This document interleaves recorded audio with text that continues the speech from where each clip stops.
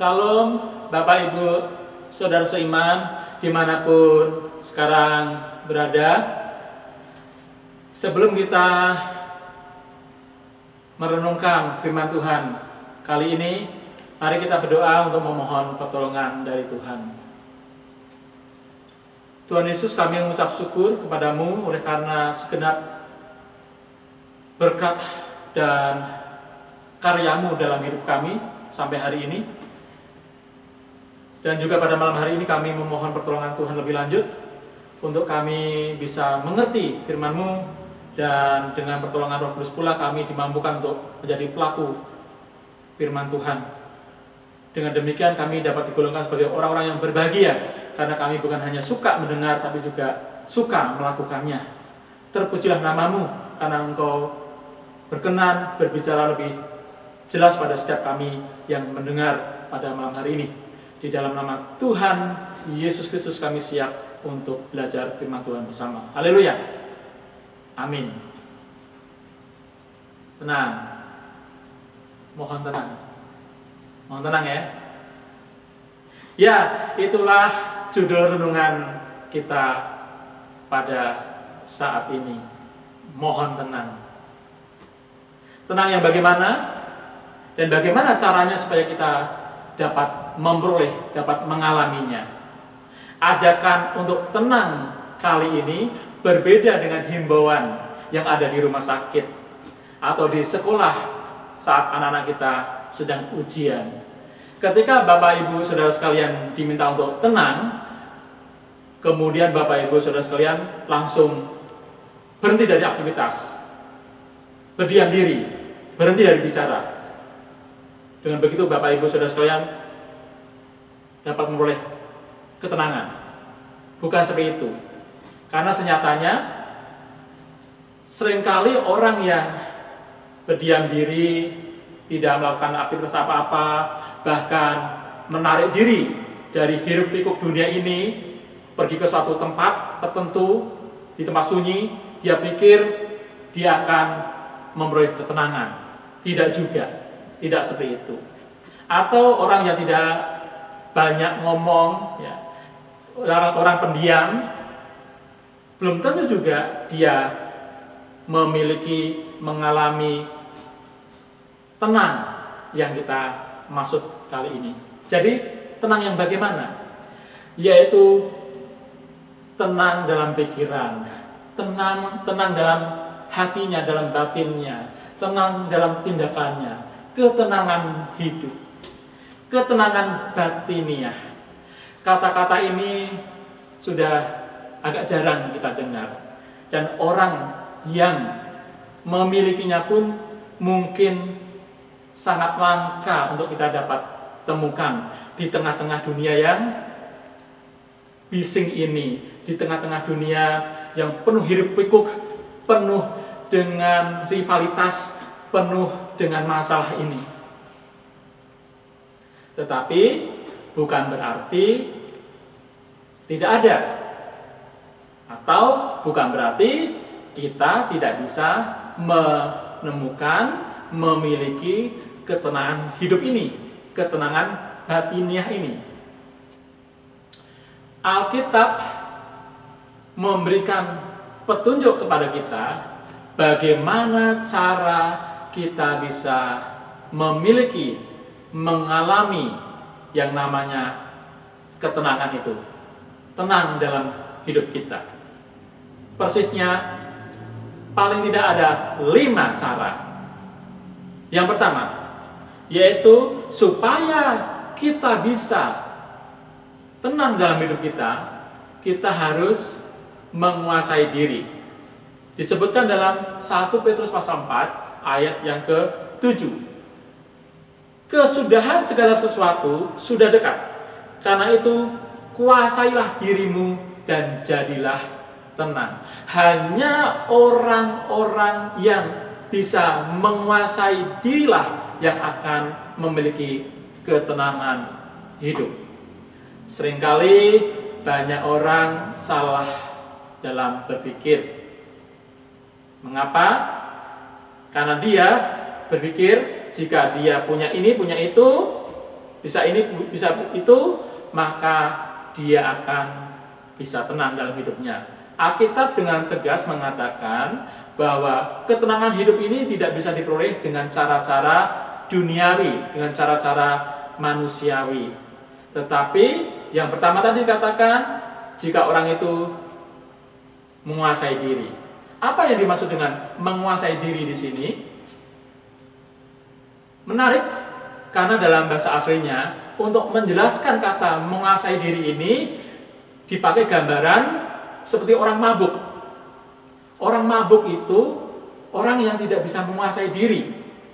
Pikirannya, perasaannya, kehendaknya atau tindakannya tidak terkontrol.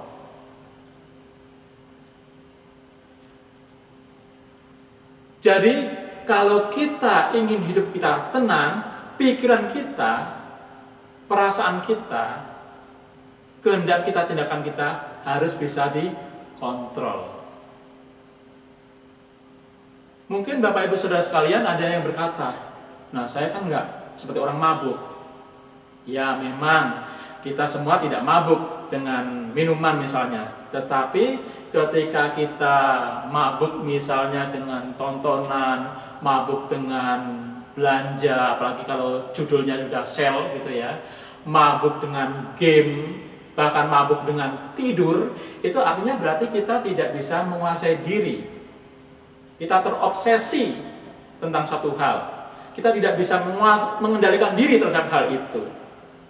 Selama kita kondisinya demikian, kita tidak akan bisa tenang dalam hidup kita.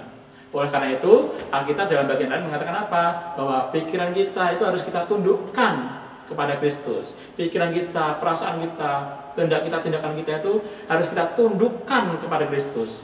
Dengan demikian kita akan bisa menguasai diri dan kita akan bisa menjadi tenang. Kita tidak menjadi korban iklan. Kita tidak akan bisa menjadi korban iming-iming apapun. Kita tidak akan memiliki obsesi yang berlebihan. Hidup kita akan tenang. Yang kedua, bagaimana supaya kita bisa memiliki ketenangan hidup? Yaitu disebut dalam Yakobus pasal 1 ayat 8 yang berbunyi,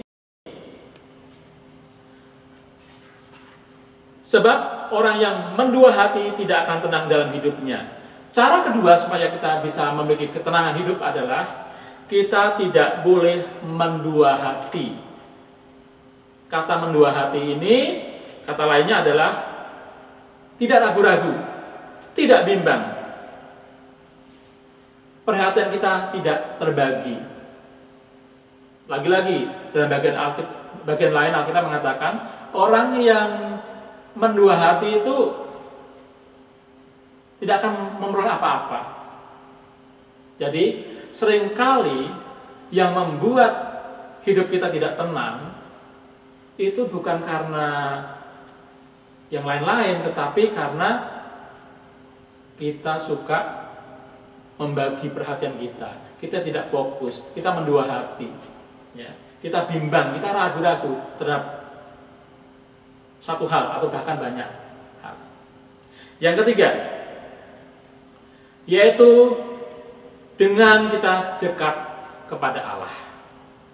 Ini adalah kesaksian Raja Daud. Latar belakangnya adalah nanti kita baca Mazmur pasal 62 ayat 2, di mana latar belakangnya adalah Daud itu dikejar-kejar oleh Absalom yang mau merebut kekuasaannya sebagai raja.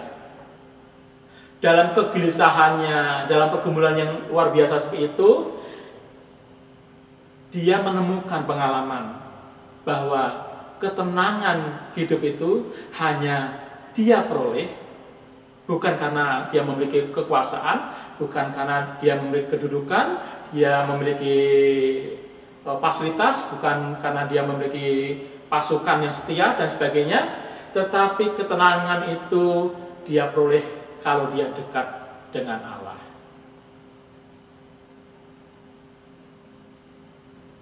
Mazmur 62 ayat 2. Hanya pada Allah saja kiranya aku tenang, sebab daripadanya lah harapanku. Hanya pada Allah saja kiranya aku tenang. Hanya dekat saja, hanya dekat pada Allah saja aku tenang. Kelihatannya klise, tetapi paling tidak kita belajar dari pengalaman nyata Daud ini, bahwa dia merasakan ketenangan itu jika dia dekat dengan Tuhan. Hal-hal materi tidak menjamin ketenangan itu. Bapak Ibu Saudara sekalian, hari ini kita diingatkan, jika kita ingin memiliki ketenangan hidup, dekatlah dengan Tuhan. Yang keempat, bagaimana supaya kita bisa memiliki ketenangan batin, ketenangan hidup. Yesaya 32 ayat 17. Di mana ada kebenaran, di situ akan tumbuh damai sejahtera. Dan akibat kebenaran ialah ketenangan dan ketentraman untuk selama-lamanya. Dari ayat ini dapat kita ringkas bahwa cara keempat supaya kita bisa memiliki ketenangan dalam hidup adalah kita hidup benar. Ya, ketenangan bukan karena harta, kekuatan dunia, tetapi karena hidup benar. Banyak orang awalnya mengira dengan dia bisa memiliki ini itu, ada banyak di sekitarnya, sampai-sampai menghalalkan segala cara, dia tenang. Tapi sebaliknya, justru karena dia menghalalkan segala cara untuk mengumpulkan, untuk memiliki segala sesuatu itu, akhirnya dia merasa bersalah terus. Ada rasa takut dikejar-kejar terus. Tetapi kita sekarang tahu rahasianya. Supaya kita memiliki ketenangan batin, ketenangan hidup, kita harus dekat dengan Allah dan hidup benar. Tidak ada yang lawan itu. Tidak ada yang bisa menyangkali itu. Yang kelima, supaya kita bisa hidup tenang, yaitu kita harus selalu ingat kebaikan Tuhan dalam hidup kita. Lagi-lagi ini adalah kesaksian, pernyataan Daud yang ditulis dalam Mazmur 116 ayat 7. Kembalilah tenang hai jiwaku, sebab Tuhan telah berbuat baik kepadamu. Saya ulang sekali lagi. Kembalilah tenang hai jiwaku, sebab Tuhan telah berbuat baik kepadamu. Daud bisa menjadi tenang karena dia selalu mengingat kebaikan Tuhan. Kita akan menjadi orang yang tenang, kita memiliki ketenangan dalam hidup kalau kita selalu mengingat kebaikan Tuhan.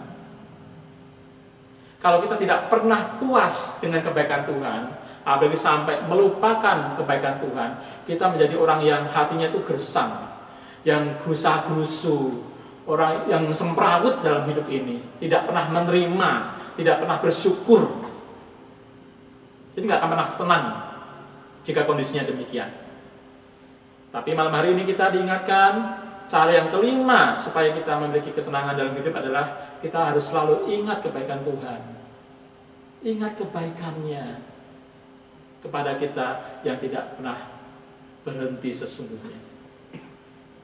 Nah, sekarang bagian terakhir, apa hasilnya kalau kita hidup tenang?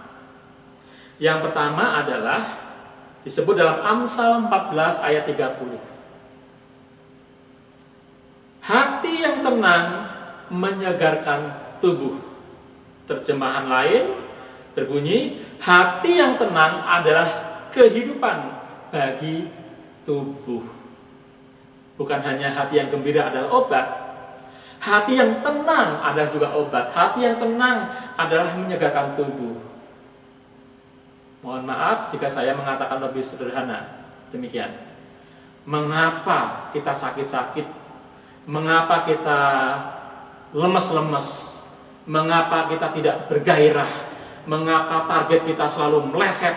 Mengapa kita dipandang oleh orang lain itu sebagai orang yang tidak punya gairah? Karena hati kita tidak tenang. Karena hati kita tidak tenang itu berdampak pada tindakan kita, penampilan kita, perform kita. Hari ini kita diingatkan hasil dari hati yang tenang itu akan menyegarkan tubuh kita. Kita jadi orang yang penuh vitalitas, yang semangat dalam hal apapun. Kita akan terjauhkan dari penyakit. Apalagi dalam kondisi pandemi seperti ini. Jangan lupa, bukan hanya protokol kesehatan yang harus kita jalankan. Saya kira ini juga penting yang tidak boleh kita lewatkan, yaitu hati kita harus tenang. Dengan begitu akan menyegarkan tubuh kita, akan menyehatkan tubuh kita. Coba bandingkan saja atau bayangkan saja kalau hati kita itu penuh dengan was-was, dengan kekhawatiran, ya, melangkah satu langkah saja akan berat kalau kondisinya demikian. Tetapi kalau hati kita tenang, lancar, enteng semuanya. Yang kedua, hasil dari hati yang tenang adalah memperoleh kekuatan. Yesaya 30 ayat 15. Dengan bertobat dan tinggal diam, kamu akan diselamatkan. Dalam tinggal tenang dan percaya terletak kekuatanmu. Dalam tinggal tenang dan percaya terletak kekuatanmu. Sudahkah kita menenangkan diri kita? Sudahkah kita memiliki ketenangan dengan 5 cara tadi? Jika sudah, berkat berikutnya adalah tadi apa? Memperoleh kekuatan. Kita akan memiliki kekuatan ekstra dalam kondisi yang memprihatinkan seperti saat ini. Demikian banyak orang yang jatuh. Yang terakhir, yaitu kita akan dapat berdoa dengan baik. Bapak Ibu Saudara sekalian, ini kelihatannya sederhana, sepele, tapi izinkan saya untuk menegaskannya sekali lagi. Bagi orang Kristen itu sebenarnya berdoa itu gampang banget. Karena bagi orang Kristen itu berdoa itu tidak tergantung waktu dan tempat, tetapi bisa kapan saja, di mana saja, oleh siapa saja. Tidak tergantung dengan bahasa tertentu. Misalnya anak kecil yang belum bisa ngomong pun dia bisa berdoa dan Tuhan dengar. Gampang bukan doanya orang Kristen itu? Kapanpun, dimanapun, oleh siapapun bisa. Tetapi nyatanya doa itu tidak mudah. Kenapa doa yang gampang itu jadi tidak mudah? Karena hatinya tidak tenang. Ini rahasianya. Mengapa Anda tidak bisa berdoa? Karena Anda tidak tenang. Mengapa Anda tidak tenang? Karena Anda tidak menguasai diri. Ayatnya ada dalam 1 Petrus 4 ayat 7. Yang tadi sebagian sudah saya baca. Sekarang saya baca ulang sekali lagi.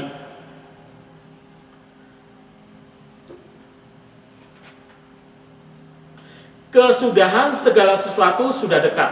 Karena itu kuasailah dirimu dan jadilah tenang supaya kamu dapat berdoa. Karena itu kuasailah dirimu. Hasil dari menguasai diri jadi tenang, pikiran, perasaan, kehendaknya dikuasai, ya, jadi tenang hidupnya. Dengan tenang, akhirnya kamu dapat berdoa.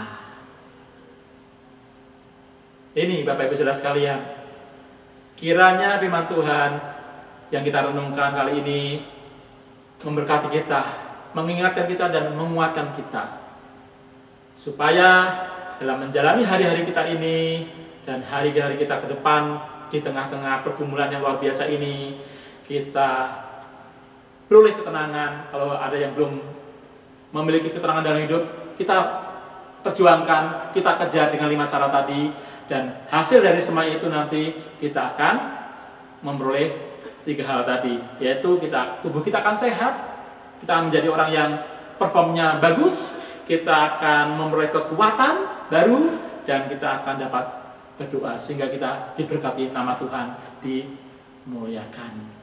Tuhan memberkati kita semua. Amin.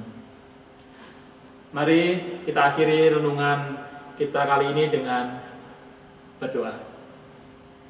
Kami mengucap syukur Tuhan bahwa Tuhan sudah bermurah hati, berkenan menyatakan maksud-Mu lewat firman-Mu pada saat ini. Tuhan, ampuni jika kami salah persepsi, salah tindakan. Kami mengira bahwa kami akan beroleh hidup tenang jika kami memiliki ini dan itu, kami bisa ini dan itu, kami mengandalkan kemampuan kami, logika kami, kemanusiaan kami, tapi semuanya itu tidak menjamin, itu tidak mendatangkan kedamaian, ketenangan. Tetapi yang dapat mendatangkan ketenangan hidup kami, batin kami adalah sebagaimana yang kami bahas pada malam hari ini, yaitu yang bersumber dari firman-Mu sendiri. Dan terima kasih untuk janji-Mu bahwa jika kami memiliki ketenangan, maka kami juga akan memiliki kesehatan, memiliki kekuatan, memiliki hidup yang lebih baik, karena doa kami dapat berdoa dengan baik, dan doa kami Tuhan dengar dan Tuhan jawab. Terima kasih Tuhan, kiranya ini menjadi bekal dalam kami menjalani hari-hari kami ke depan. Terima kasih, berkati setiap pemirsa yang ada di rumah atau dimanapun berada yang mengikuti renungan kali ini. Terpujilah nama-Mu, di dalam nama Tuhan Yesus Kristus, sumber pertolongan kami, sumber berkat kami, juru selamat kami.